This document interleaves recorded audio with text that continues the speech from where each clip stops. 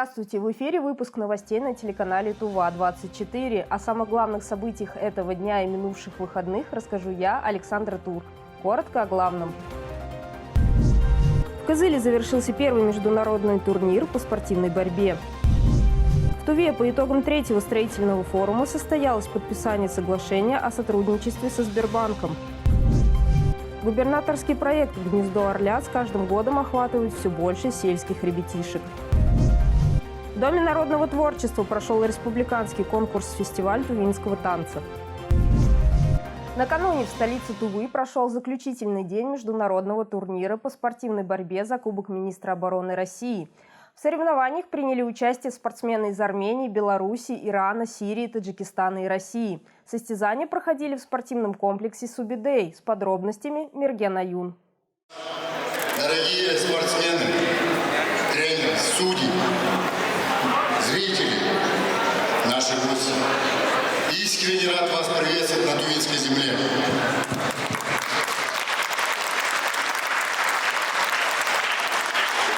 Выражаю огромную благодарность Сергею Тушкевичу.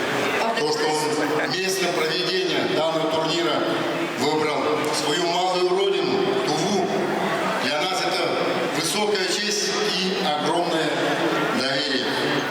Финальные схватки и закрытие турнира на Кубок министра обороны России бесспорно прошло на высоком уровне. Организацию соревнований международного уровня глава Тувы Владислав Хавлык курировал лично. Напомню, подготовка велась с начала года с координацией действий совместно с помощником командующего 41-й армии по физической подготовке Иваном Кувырзиным. И как итог, первый турнир с международным участием оценили все участники соревнований. Хотели бы выразить глубокую благодарность за возможность участвовать в данном турнире. Это очень важное событие для Сирийской Арабской Республики. Это дает нам уверенность в наших силах, особенно если учитывать то, что в турнире участвуют крупные и знаменитые в вольной борьбе страны. Мы будем участвовать, дай бог, каждый год. Спасибо большое городу Кызылу. На финальный день турнира болельщиков собралось намного больше, чем в день открытия. Конечно же, все болеют за команду родной страны. В составе нашей команды титулованные именитые борцы. У нас в финал вышли команда Российской Федерации и сборная Исламской Республики Иран. Очень интересная встреча будет. В той и в этой команде у нас очень много чемпионов мира, чемпионов Европы, чемпионов Азии. Поэтому призеры Олимпийских игр. Будет очень интересно. Надеемся, что наша команда, конечно же, победит. Но и Иран у нас не самая такая слабая, очень серьезная команда. Поэтому будет интересно. В составе сборной России к всеобщему ликованию выступал и борец вольного стиля, наш земляк Амир Чамзын. И земляк не подвел. В финальной схватке досрочно победил борца из Ирана. Амир не оставил сопернику ни единого шанса.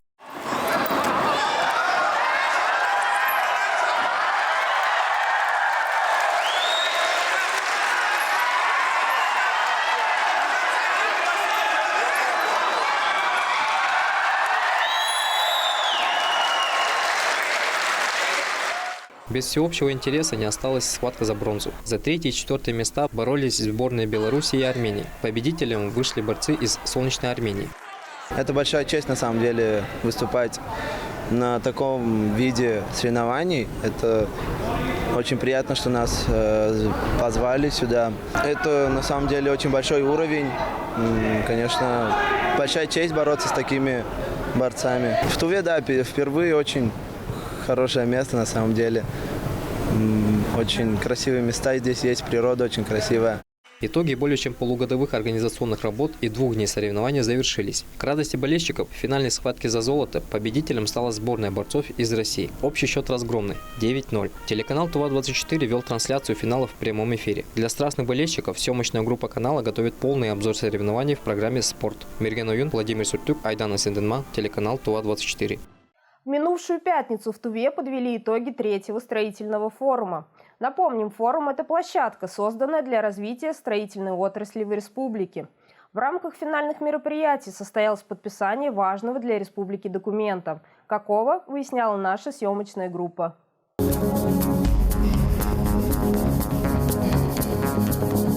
Итоговое совещание третьего строительного форума началось с подписания соглашения о сотрудничестве между правительством Тувы, Сбербанком России и строительной компанией «Алчей». Документ подразумевает соглашение о взаимодействии в рамках подпрограммы развития ипотечного жилищного кредитования в Республике Тыва, госпрограммы обеспечения жителей республики доступным и комфортным жильем. Это важный шаг в улучшении, предоставлении возможности улучшения жилищных условий для граждан Республики Тыва. Мы, как Сбербанк, активно поддерживаем строительную отрасль. Мы финансируем новые строящиеся жилые комплексы, финансируем жилые дома, в которых сейчас жители Республики Тыва получили возможность на более комфортных условиях приобрести квартиру.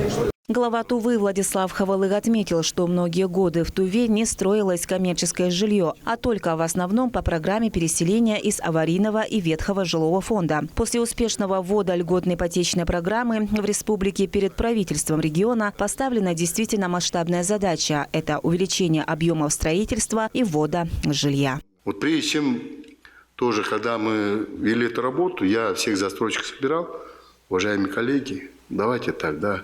Быстрее надо строиться, быстрее надо декларироваться, вот, чтобы объем был достаточный, да, чтобы вдруг, так сказать, как насчет Сбербанк там, одобрять все заявки, так сказать, да, вот, там, чтобы достаточно было предложений, чтобы цены не взлетели.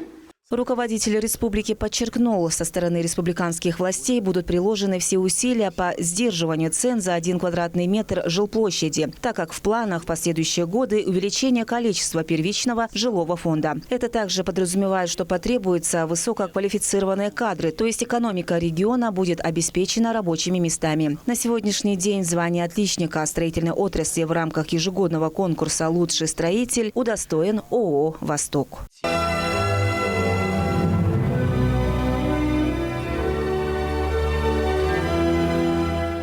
Участники и приглашенные спикеры форума отметили актуальность темы, их разнообразие в деловой программе и высокий уровень организации мероприятия. Чинчи Кашпуков, Владимир Сюртук, Айдан Сенденма, телеканал Тува-24. День рождения президента России Владимира Путина 7 октября по всей стране прошла масштабная акция «Горжусь Россией, горжусь президентом». Поздравлением лидера страны присоединилась и Тува. Были организованы различные экологические, социальные акции и десанты добра. Площадь Победы в Кызыле. Общественные организации собираются здесь с самого утра. Молодежь репетирует танцы, автомобилисты готовят железных коней. Скоро старт автопробега.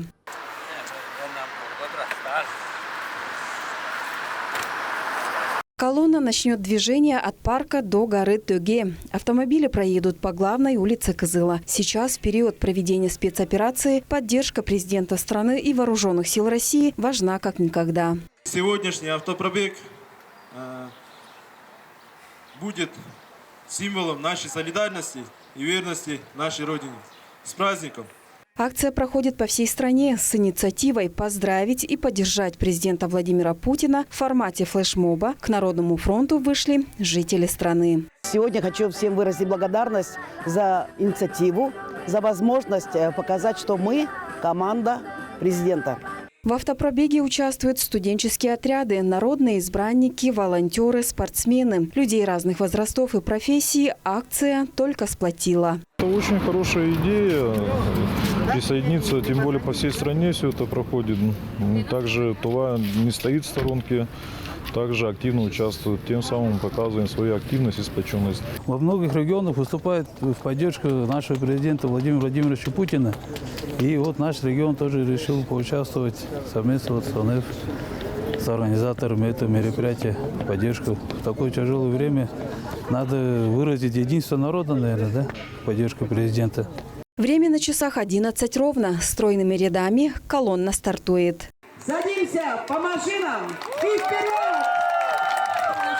Конечный пункт – любимое место кызылчан – гора Төге. Лидер страны Владимир Путин не раз подчеркивал, одной из национальных приоритетов является экологическая безопасность. В этой связи экологическая акция – отличный подарок для президента. У подножия горы Төге мы хотим осуществить доброе дело, организовать субботник с нашей молодежью, нашими общественными организациями.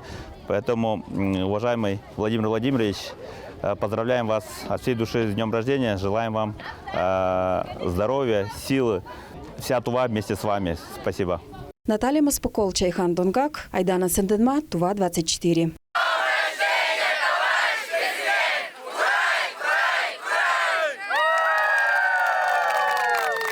И в продолжении темы. Также в честь дня рождения главнокомандующего страны в Туве высадили саженцы деревьев. Кем и где были посажены деревья, расскажет Чинчика Шпукол.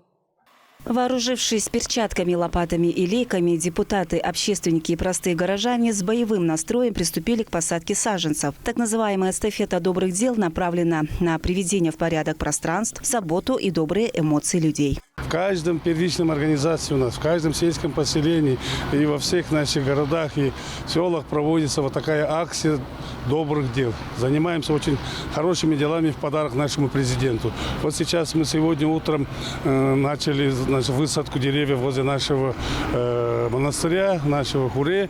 И сейчас мы отсюда поедем высаживать наши саженцы возле дома ребенка, возле кадетского нашего президентского корпуса, где наши дети учатся. Всего будет высажено около сотни деревьев. Доставили их специально из Балгазинского питомника. Отметим, что глава государства также лично участвует в высаживании деревьев и мероприятиях, направленных на защиту исчезающих видов животных. Поэтому озеленение и чистота городов-регионов – это не просто залог здоровья каждого жителя, это и приятный вид, и хорошее настроение. Все это очень важно. Важно для того, чтобы люди понимали, что мы все едины, и общими такими вот силами, нашим объединением мы и столицу можем сделать красивее, и республика наша может цвести.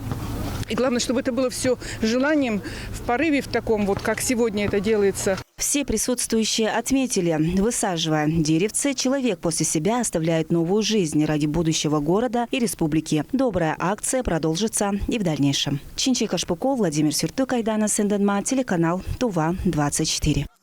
В республике в рамках губернаторского проекта «Чистый город, чистое село» проводятся различные конкурсы по благоустройству, озеленению и чистоте городов и сел Тувы.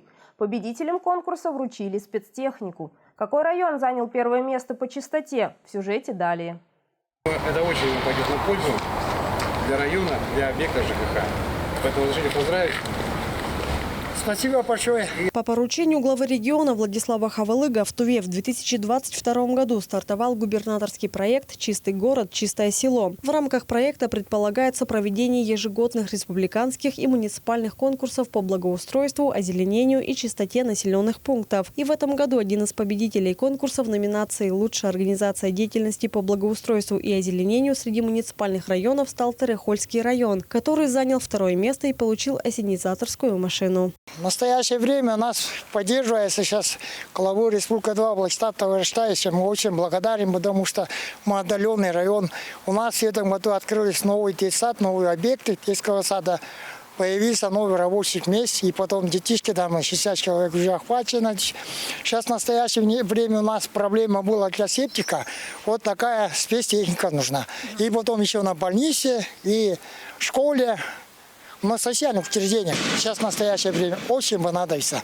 До этого за эту поддержку от жителей Терехольского хожу на соправительству. Большое спасибо.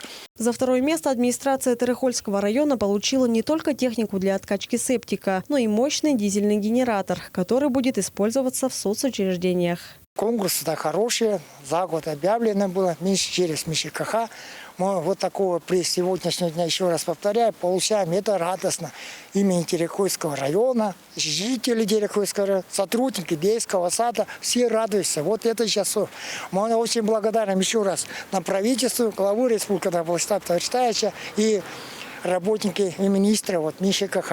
Терехольцы соблюдают чистоту в родном районе. В прошлом году было построено 6 детских площадок, а в этом году благоустроили территории и поставили стелу «Я люблю Кунгуртук». Работы по благоустройству и озеленению, которые стали обязательным условием конкурса, районом были выполнены. В этом году в конкурсе были рассмотрены 2 номинации. Первая номинация среди муниципальных образований, то есть районов и городских округов. Вторая номинация среди населенных пунктов.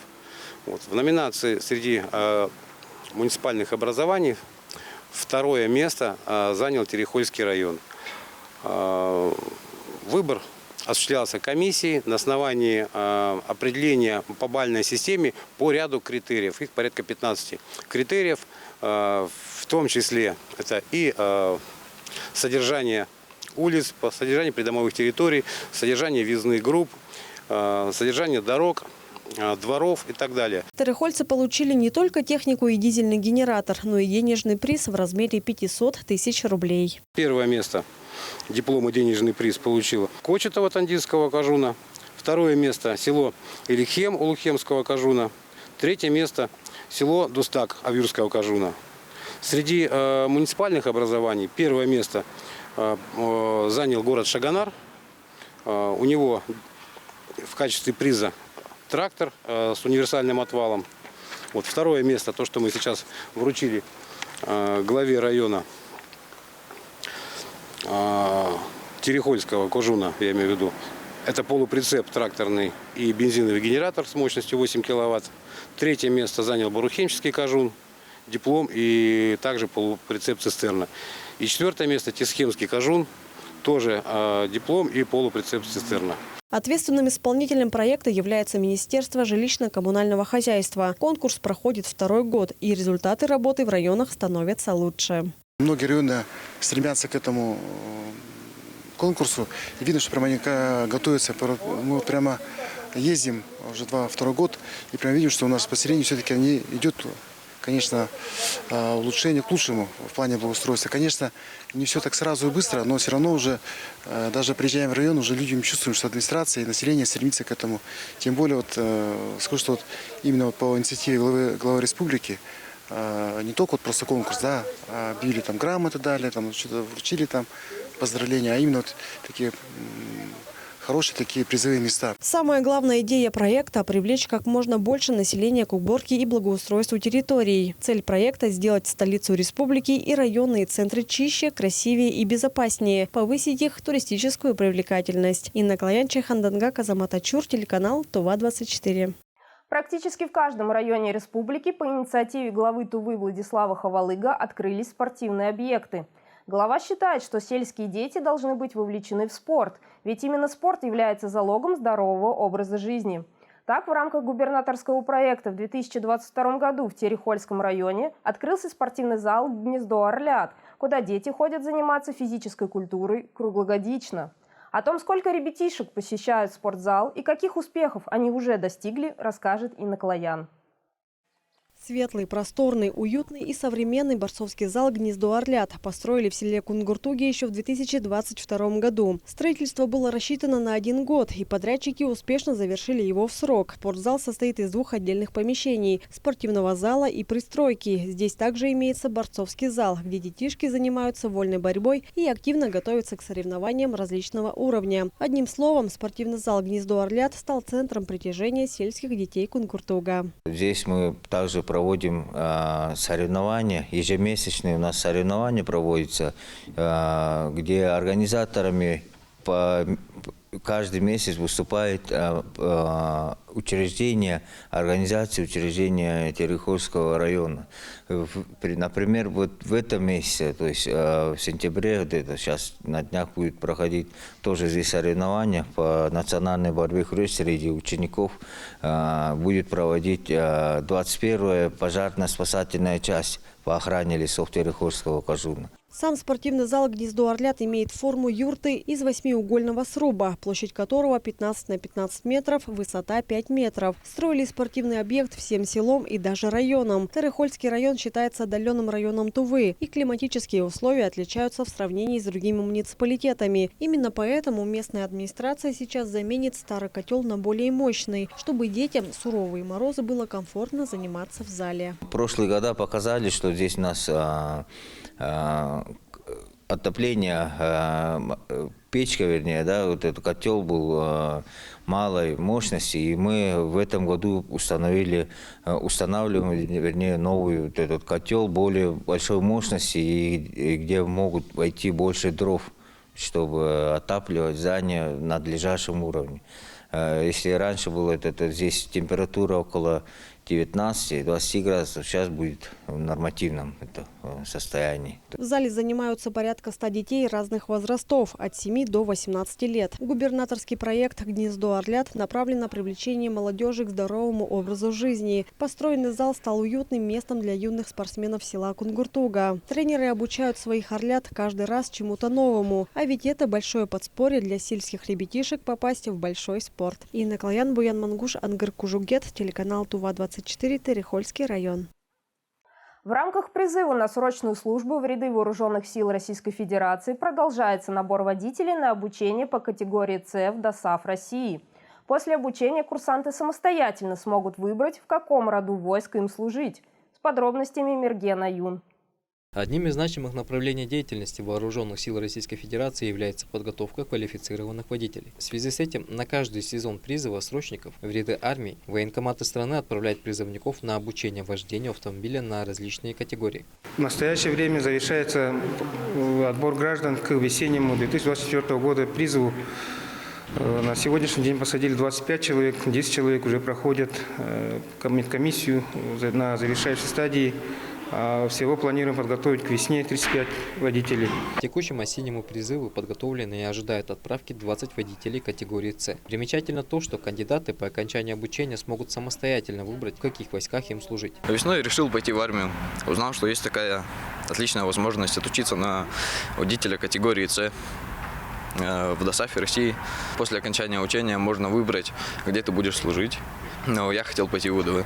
Кандидаты смогут освоить не только водительскую категорию, но и получить первичную армейскую подготовку. В ДОСААФ России идет комплексная армейская подготовка призывников. В нее включаются физическая подготовка, строевая подготовка, а также навыки стрельбы в специальных тирах. Что входит в программу обучения, рассказал нам Сайдаш Мангуш. Это теория, безопасное дорожное движение, практика вождения на полигоне и в городском цикле, а также устройство автомобиля необходимо изучать. Есть еще начальная военная подготовка, к нему относятся все необходимые основы для военной службы. Это строевая подготовка, огневая подготовка, тактическая подготовка, топография военная. Призывнику необходимо обратиться в военный комиссариат с желанием освоить водительскую категорию. Огромным плюсом является то, что обучение будет бесплатным. И даже кандидатам, которые приехали в Кызыл из других районов республики, выплачивается компенсация расходов на проживание в размере от 9 до 13 тысяч рублей. В зависимости от отдаленности района. Мирген Аюн, Буян Аюн, Ангар Кужугет, телеканал Тува-24. В Кызыле состоялся региональный этап детско-юношеской военно-спортивной игры «Зорница». В соревнованиях приняли участие команды со всех районов республики. Все подробности далее. Участникам команд предстоит достойно пройти сложные этапы. На каждом из них требуется сила, ловкость, чувство поддержки и товарищества, а также умение справляться со своими эмоциями. Принять участие в «Зорнице» прибыли ребята со всех уголков республики, всего 150 участников. Мы сегодня привезли команду, состоящую из 8 мальчиков и 2 девочек. Муниципальный этап военно-спортивной игры «Зорница» в Дзунхимском районе прошел 28 сентября. После определения команды победителя, это команда школы номер 4 города Чадан, до сегодняшнего дня интенсивно готовились каждый день. Настроение у ребят боевое. Игра состоит из 4 этапов. В их числе самые основные – это строевая подготовка, эстафета, а также неполная сборка и разборка автомата на время. Игра у нас проводится с целью вовлечения молодежи в спортивную деятельность, повышения интереса к военной деятельности. И совместно, то есть движение первых совместно с управлением Росгвардии Российской Федерации по Республике ТВА, с 55-й отдельной мотострелковой бригадой, Министерством образования, Кызыльским президентским кадетским училищем, с МВД по Республике ТВА, с военным комиссариатом, то есть со всеми силовыми структурами сегодня мы проводим. Люди старшего поколения отлично помнят, как проходили их «Зорницы». Впрочем, и нынешние ребята не менее подкованы в основных военных знаниях, военной истории и все так же сильны духом и телом. Посмотрев на других ребят, я весело, немного волнительно, но ничего страшного, мы справимся. «Зорница» является самой массовой игрой в форме военно-патриотического воспитания до призывной молодежи. Чинчик Кашпуков, Владимир Сюртук, Айдана Сенденма, телеканал Тува-24. В Москве на ВДНХ откроется международная выставка «Форум Россия». Мероприятие учреждено указом президента Российской Федерации. Частью грандиозной экспозиции станет и Тува. Так Национальный музей республики подготовил атрибуты традиционной тувинской юрты, элементы ее убранства, а также одежду скифских времен. На международной выставке-форуме «Россия» все субъекты страны представят свои экспозиции. Павильон Тувы готовит Национальный музей имени Алдан-Мадр. Экспозиция Республики Тыва познакомит посетителей выставки с традиционной культурой и бытом тувинцев, где будут показаны не только фрагмент традиционного жилища тувинцев юрты, но и одежда. Будут представлены традиционная национальная одежда, костюмы шаманов, а также исторические костюмы – это комплекты костюмов скифских царя и царицы.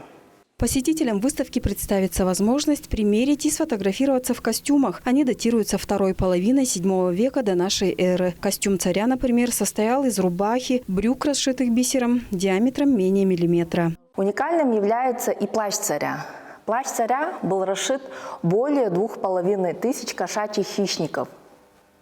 Костюм царицы включал в себя платье, расшитое бусами из янтаря, бирюзы, золота и стекла. Плащ также был расшит фигурками кошачьих хищников. Их насчитывалось более 2500. Головной убор, по всей вероятности, был высоким. Он был украшен фигурками лошадей и шпильками, навершие которых украшали, опять же, скифские олени, стоящие на цыпочках. Богатые одеяния были воссозданы по заказу музея. Общий вес золотых изделий, обнаруженных при раскопках кургана Аржан-2, составил более 20 килограмм. Только золотые украшения костюма царицы весят более 6, а царя – более 8 килограмм. Всей семьей можно облачиться и в повседневную одежду тувинцев. Для взыскательной московской аудитории подготовили также костюм и атрибутику шамана. Наталья Маспакол, Буян Оюн, Айдана Сенденма, Тува-24. В Доме народного творчества прошел республиканский конкурс-фестиваль тувинского танца, посвященный светлой памяти заслуженной артистки РСФСР и Тувинской СССР, основоположницы учебной дисциплины «Тувинский сценический танец» Евгении Мачиновны Солчак. С конкурсантами пообщалась и наша съемочная группа. Евгения Манчиновна Солчак – основоположница учебной дисциплины «Тувинский сценический танец» в Кызыльском колледже искусств. Республиканский конкурс-фестиваль в честь ее светлой памяти проводит с целью сохранения и развития традиций тувинской народной хореографии и популяризации их в области хореографического искусства.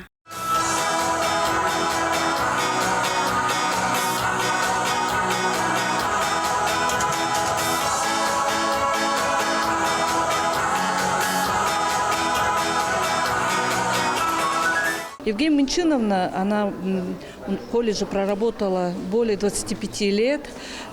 Она работала также в нашем государственной филармонии, тоже 25 лет проработала в ансамбле «Саяны».